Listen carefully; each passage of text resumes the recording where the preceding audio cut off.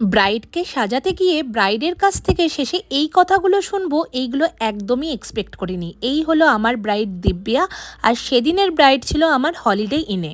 সত্যি বলতে এক একটা ব্রাইডের কাছে এক এক রকমের কিন্তু এক্সপিরিয়েন্স হয়, সেটা ভালো খারাপ দুটোই মেশানো থাকে, তবে ভালোর পরিমাণটা ডেফিনেটলি বেশি থাকে। আর শেষে যদি ব্রাইড তোমার কাছে খুশি হয়ে দু চারটে কথা বলে দেয়, ব্যাস তাহলে তো আর সেই খুশির ঠিকানাই থাকে না। আজকের ব্রাইড হচ্ছে আমার দিব্যা।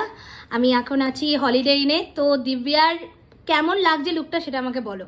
আমার তো দুর্দান্ত লেগেছে। আমি মানে চোখ বন্ধ করে তোমাকে ভরসা করেছি, আর আউটপুট আমার ঠিক সেমই লেগেছে, মানে just like a wow.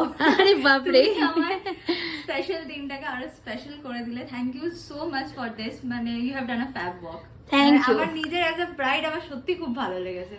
Thank you so much, so much. Thank you, খুব ভালো থাকো। Wish you very happy married life Divya.